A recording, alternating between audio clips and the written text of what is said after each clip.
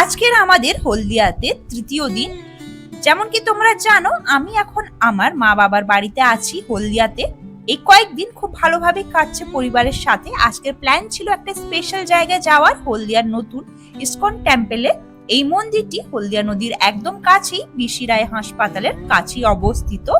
খুব সুন্দর আর শান্ত একটি পরিবেশ। যদিও মন্দিরটা একদমই নতুন, এই মন্দিরটি 23শে নভেম্বর 2022 সালে ইনোগ্রেশন হয়েছে, তাই সবকিছুই খুব সুন্দর আর পরিষ্কার পরিচ্ছন্ন। মন্দিরে ঢুকেই একটা আলাদা শান্তি অনুভব হয়। এখানে প্রতিদিন দর্শন, কীর্তন, সন্ধ্যার আরতি হয়। এছাড়াও নিয়মিত শ্রীমদ্ ভাগবত আর ভাগবত গীতা নিয়ে ক্লাসও হয়, যেটা অনেক মানুষকেই স্পিরিচুয়াল লাইফের দিকে আকৃষ্ট করেছে। এখানে আমরা যেই সময় পৌঁছেছিলাম ওই সময় এখানে ভোগ আরতি হচ্ছিল দুপুরের, যেটি কিন্তু শুনতে আর দেখতে অসাধারণ লাগছিল। এই মন্দিরটি একদম নতুন হওয়ার কারণে এখনো বেশ কয়েকটি জায়গা নির্মাণের কাজ চলছিল, তবে আশা করছি আগামী দিনে মন্দিরটি আরো সুন্দর আর আকর্ষণীয় হয়ে উঠবে। দেখতে দেখতে এখানে ঠাকুরের দর্শনও পেয়ে গেলাম।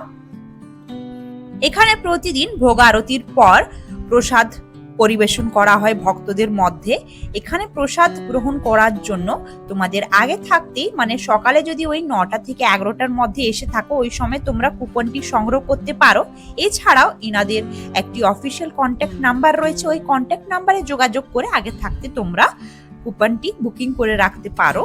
এখানে লাঞ্চ টাইম কিন্তু দুপুর 1টা থেকে 1টা 45 পর্যন্ত, আর কুপন মূল্যটি হচ্ছে 80 টাকা, পার্সেল নিয়ে গেলে 95 টাকা, আর বাচ্চাদের 4 থেকে 7 বছরের বাচ্চাদের জন্য 40 টাকা করে কুপন মূল্য।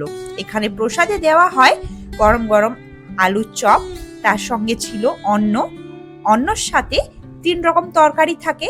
আজকে যেমন ছিল একটি শাকের তরকারি, আর এর সঙ্গে ছিল মুগের ডাল, আর ছিল ঢেঁড়স আলু দিয়ে একটি তরকারি, আর ছিল ক্যাপসিকাম, পনির আর আলু দিয়ে একটি তরকারি। তো এই 3 রকম তরকারি দিয়ে খুব ভালোভাবে আমরা প্রসাদটা খেলাম।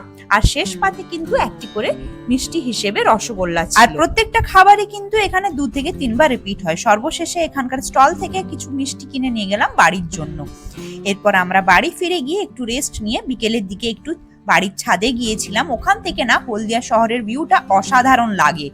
তার উপরে এই বিকেল বেলার নদীর পাড়ে ওই যে দূরে দেখা যাচ্ছে হলদি নদী, তারই কোলে অস্ত যাচ্ছে সূর্য।